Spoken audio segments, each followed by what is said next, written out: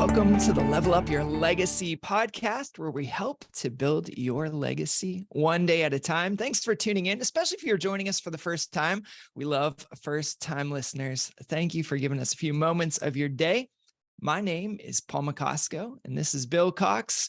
We're both certified coaches with Bill Cox Coaching, and we're excited to bring you into today's discussion as we walk through Dr. Henry Cloud's Boundaries for Leaders.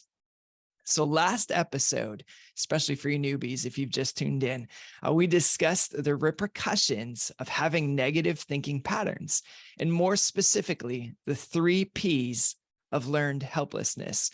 When we feel helpless to our situation, which is a learned behavior, by the way, we take things P personally. They become P pervasive, and they seem P permanent. Those are the 3 Ps. However, to reset these 3 Ps and to maintain a healthy outlook, you have to realize that you have a ridiculous amount of control that you can either choose to accept and work with or ignore and fall victim to. And I love there's a golden nugget right at the center of this chapter. Dr. Cloud suggests that leaders are to focus your people on what they have control of that directly affects the outcome of the organization. As leaders, as we can get our people to focus on those things that they have control of, he says 2 things happen. Number 1, you get results. And number 2, you change the brains of your people so they perform even better, creating, as Cloud calls, an upward spiral. And I'll tell you what, if you're, a leader, those are 2 things that I know you want. You want results, and you want your people to be in a place where they are growing and excited about growing. So let's discuss this. Dr. Cloud talks about there's a 5-step program that he recommends to reverse these 3 Ps of learned helplessness. So Bill, let's dive into today's topic. What are those 5 steps to reversing this feeling of learned helplessness? Yeah, I mean, we were just saying before the call, what a great chapter. I mean, I feel like this book, in my perspective, this book is about a psychologist who applied psychology to coaching and who himself obviously is a coach. And so much of life, business, whatever, flows from our own psychology. Obviously, one of the things that we work a ton around in the coaching business is the leader's mindset.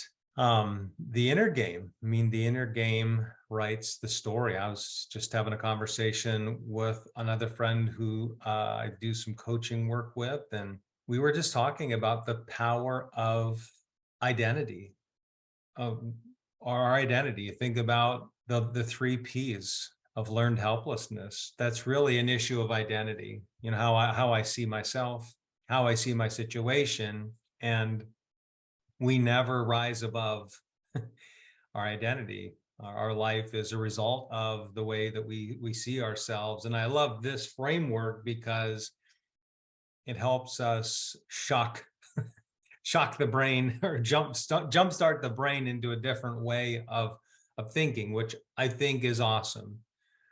That we don't have to remain a prisoner to those elements of our thoughts that don't serve us well, which I think is an incredibly empowering thought. And to me, the issue of learned helplessness it's everywhere. I see it in my own life. I battle with it every day, and certainly battle with it with leaders. And so when you think about these 5 components, getting back to your question of create connections, regain control, take note of the 3 Ps, add structure and accountability, and take the right kind of action. And there's a real flow to that I think is amazing. I thought when I went through this, that this be a great coaching tool to put together, and it has a really good kind of a logical flow to it. So we've already talked about the power of connections, the power of making human connections, building trust, realizing that you're not alone, being in a supportive environment. There are no organizations that exist without teams. They just don't. Every organization that you're part of has teams. And why is that? Well, it's because of how we're created. We're created to, we thrive when we have human connections, and we thrive best when those human connections are supportive, based on trust and safety and respect. And when you have that, man, you have the foundation for really great results. I'm going to be working with the team tomorrow, taking them through the 5 behaviors of a cohesive team, which is a framework that Patrick Lencioni developed in his book, The 5 Dysfunctions. And at the basis of that is trust. The most foundational behavior for any team is trust. Teams have to connect. Teams have to come together, on a personal level, to where they're for each other. They're protective of each other. They create safety and support. And in that, you lay the foundation for great results, which then leads to this regain of control. So much of what Henry talks about is the idea that the reality is we're born with tons of agency and power and control. We learn from a very early age. We talked about this earlier, that we have incredible power, that when we do things, we can get a response to that. And it's easy to lose sight of that, but kind of going back to how our brains are wired, regaining control, realizing that I'm wired to attend, I'm wired to focus, I'm wired to inhibit. And that when I start doing that, even at a very little level, for me, I found that, like, the way I do that is with my day planner. When I can start the week on a Sunday and map out my week, map out my priorities, and then get those things in the calendar and tell myself from the start, this is what's important, and this is what I'm going to focus on from this time to this time.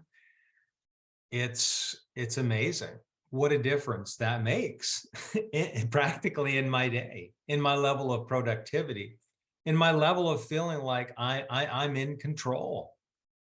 And that alone, we can regain the control, is powerful. And the exercise that he talks about is the control divide exercise. I've done this a ton of times with leaders. I've never called it that, but we call it the T-bar. And it's literally you take a legal pad and you draw a line down the center vertically, dividing it into 2 columns. Then you draw a line at the top horizontally.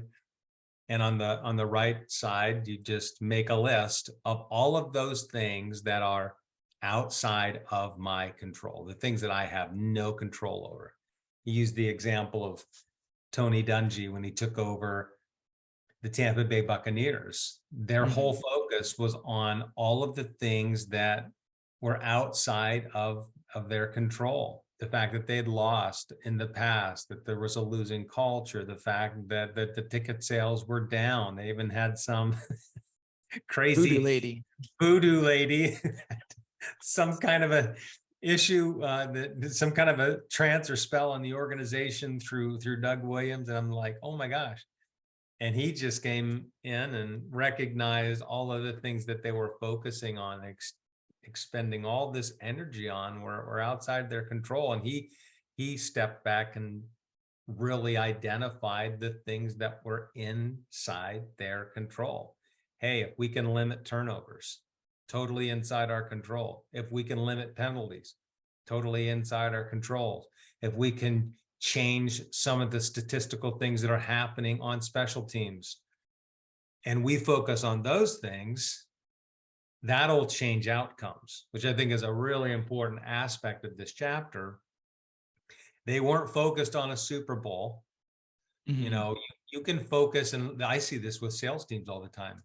They focus on the numbers. Are sales up or are sales down? Well, that's totally outside your control. You want to focus on the things that drive sales, that make sales go up or down. How many calls are you making? How many presentations are you doing? How many lunch and learns are you doing for companies? How many connections are you making on LinkedIn? How many leads, relationships are you cultivating in the marketplace? Those are the types of things you have total control over. And when you start focusing on those things, it creates momentum and energy, and it leads to a discovery call, you know. Well, It and it's leads the to difference between productive energy and non-productive energy too, right? Because you're sitting there doing things that move the exactly. needle, that make a difference, instead of worrying about these conditions that may or Yeah. may not happen, or things that that are outside of your control, that are just burning up Yeah. inside, Yeah. And that's kind of the cool thing, you write down all the things on the right side. I did a video on this recently, and it's like, look at that list and think how much time and energy is wasted on that list. Think that you have zero control over. And he says it's okay to worry about it. Why? Because those things are real. We don't live in a Pollyanna world. There are really bad things that can happen, but limit, like take 10 minutes and really worry about it. And then just shift your focus over to the left-hand column and write down all those things that you have total control over. And then I like even prioritize that list. Mm. We have a thing that we use with clients called the ABCDE method. Everybody's got to-do lists, but sometimes your to-do list can overwhelm you, right? How do you prioritize that to-do list so that you can look at it and you can identify, hey, if I could only do one thing here, what would be the one thing that would make the biggest difference? And then you just focus on it until it's done. Zero in on that. Don't let yourself be distracted from accomplishing that. And when you start doing that, my word, it changes the brain chemistry, literally, and gets the right energy flowing into your system and gets you back on a positive footing. He talks about taking note of the three P's, then the importance of structure and accountability. That's a big one in coaching. I think that's one of the greatest benefits that the environment of coaching provides for people, beyond helping people focus and identify what's important and get clarity around that. It's also about help them identify, like, what are those actions that you will take that'll make the biggest difference? When are you going to take those actions? And then now we have a cadence in the coaching relationship to follow up, to see that you've taken and done those actions. That's so important for teams. So many teams don't have a good structure for accountability, and a lot of teams lack trust. And so people don't want to be accountable to one another because they don't trust one another. And then it becomes very siloed and every man for himself. And then you'll lose the power that accountability can bring to a team in terms of keeping everybody functioning at their highest level and producing ultimately great results for the organization. And then he talks about the right kind of action, obviously, which is really important. Just any action isn't going to do. It's understanding the actions that drive results.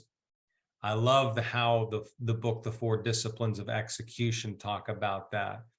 When we have a goal, we have something really important that we want to accomplish. First of all, we have to identify what that is. What is that goal we're trying to accomplish? And then once we have that, we have to understand the kind of action that produces or gets us closer to the goal.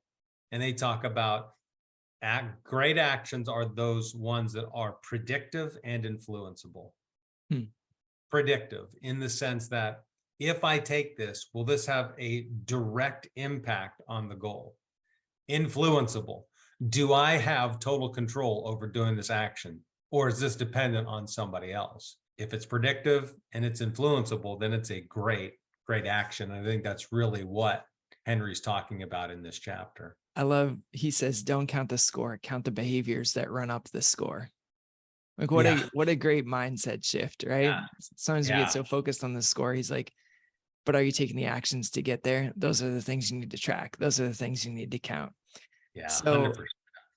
all right. So, leader who's just tuning in, wondering, where do I start? Like, I've recognized maybe I've got some of this learned helplessness thinking. I only have time to take one of those steps. Bill, what do you think is the step to take, the most important one? Well, I would go, I kind of came full circle on this one a little bit. At first, I was going to say add structure and accountability. But I think maybe there's even a step before that needs to happen for a lot of leaders. And I would go back to the regain control. To me, that is priority one. I think a lot of leaders don't know how to get unstuck. And sometimes you need to coach yourself, And so a great coaching exercise for yourself, maybe you're a solopreneur, maybe you're on your own, maybe you don't have the support of a team. Okay. It's all right. Do this exercise. Take out a legal pad and do the control divide. Write down, draw a line down the center to create 2 columns, and then a horizontal line across the top. And on the right side, things outside of my control. On the left side, that column would represent things that are totally inside my control. And just do a brain dump and worry about look at the right side and ask yourself, how much time do I invest worrying? What does that effect have on me? Probably makes you feel overwhelmed. It makes you feel paralyzed. It makes you feel helpless. Makes you feel like you don't want to get out of bed in the morning. Go ahead and worry about it for 5 minutes and then just lay another sheet of paper over it so you can't even see it.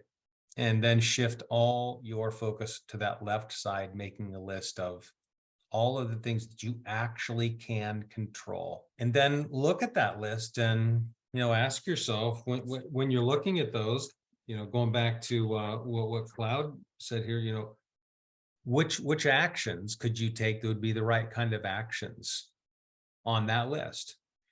Not all actions are created equal. Which ones can you focus on that would make the biggest difference in regaining momentum for your life toward those things that are really important?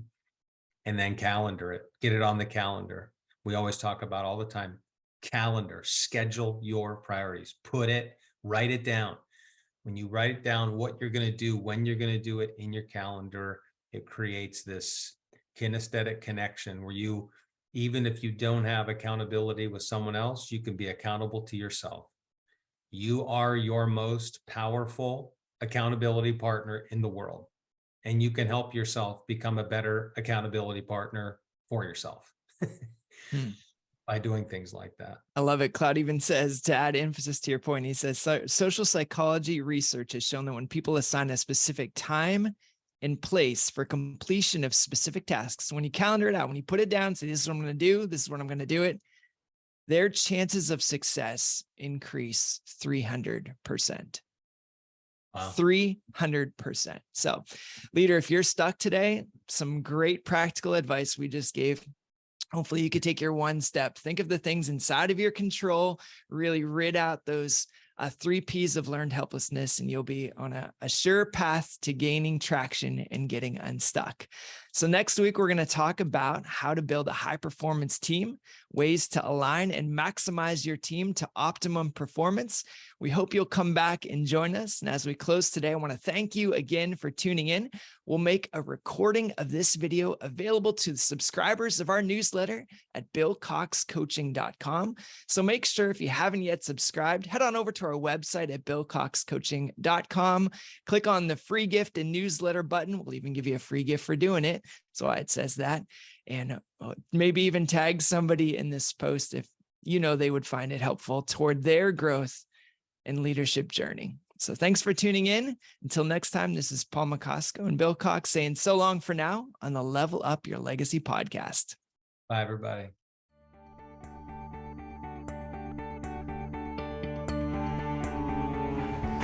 Hey, thanks again for watching today's video. And before you go, subscribe to our YouTube channel and make sure you go to billcoxcoaching.com. Sign up for our regular newsletter to help you move from success to significance and lead your life in such a way that you live a legacy. Have a great day.